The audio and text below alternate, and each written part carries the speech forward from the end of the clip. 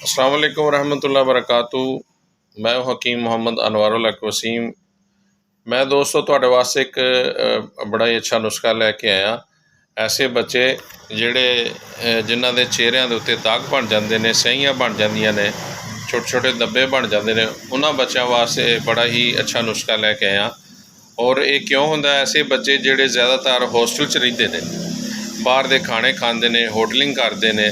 ज़्यादा बच्चे बर्गर, शवारमे, पीज़े, नमको वगैरह, पापड़ वगैरह खाते हैं, जोड़े जल्दी हज़म नहीं होंगे और मैदा खराब हो जाता है और कब्ज़ हो जाती है मैदे विच। और मैदे जो कब्ज़ रहना शुरू हो जाती है तो वो बच्चों को फिर यह है कि पिंपल्स और दाने निकलने शुरू हो जाते हैं, क्योंकि खून खराब हो जाता है तो फिर बच्चों को दाने शाने वगैरह निकलने शुरू हो जाते हैं।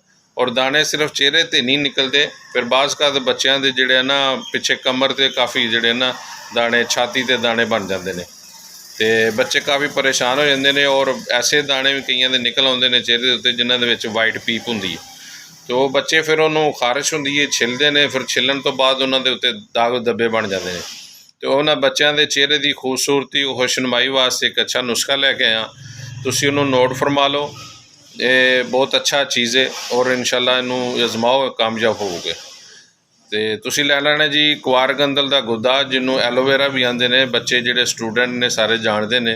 एलोवेरा उहदा गुद्दा लै लेना, गुद्दा लैके उहदे जिन्ना मतलब 2 चम्मच अगर गुद्दा हो तो 2 चम्मच उहदे विच तुसीं निम दीआं कोंपलां पाणियां ने, निम दे पत्ते भी वो जिहड़े नरम होंदे ने अगली साइड ते कोंपलां, वो लैके उन्होंने बरीक पीस लेना।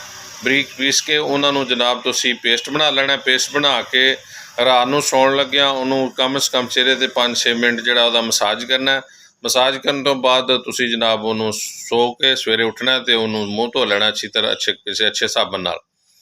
ते इन्हां दे नाल नाल बच्चों नूं मैं खाण वास्ते भी कुछ जिहड़ा ना तजवीज़ करांगा कि सिर्फ ये चेहरे ते लाने वास्ते तो चीज़ ठीक है, लेकिन नाल कुछ खाना भी पेगा। खाण वास्ते उन्होंने बच्चों नूं मैं दस रहा कि तुसीं मुरब्बा लै लेना, हरीड़ का मुरब्बा कम से कम 1 किलो लैके रख लो घर, किसी डब्बे च पा के महफूज कर लो। वो 3 दाने तुसीं कढ़ने रोज़ाना रात नूं सौण लग्गिया, 3 दाने खाने ने धो के। जो भी मुरब्बा कोई भी खाओ उन्होंने अच्छी तरीके नाल धो के तो फिर खाया करो। 3 दाने मुरब्बा हरीड़ दे लै लेने ने, वो खा के उत्तों दुध लाजमी पीना, नीम गर्म दुध पीना है।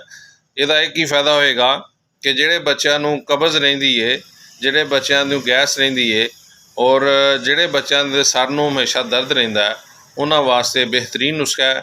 और नौजवान बच्चे जिहड़े होस्टल च रहिंदे ने, बाहर दे खाने खांदे, उन्हां वास्ते बहुत बेहतरीन है।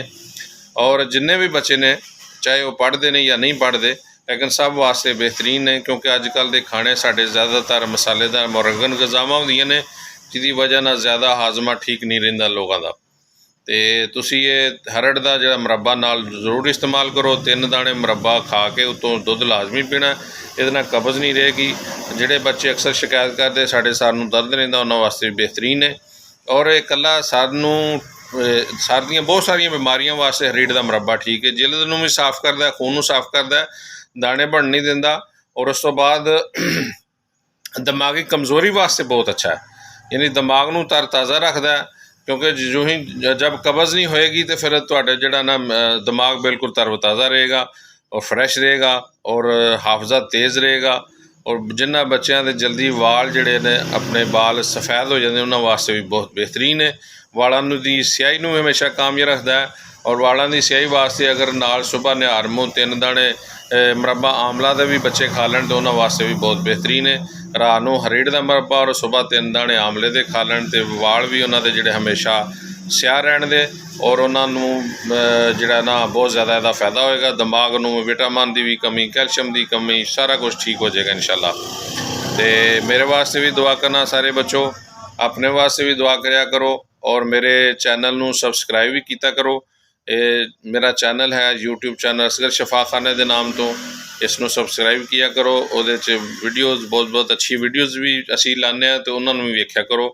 और दुआवां च याद रखो, तुहाडा भाई हकीम मोहम्मद अनवारुल हक वसीम। 0302 42 74 335 मेरा नंबर है।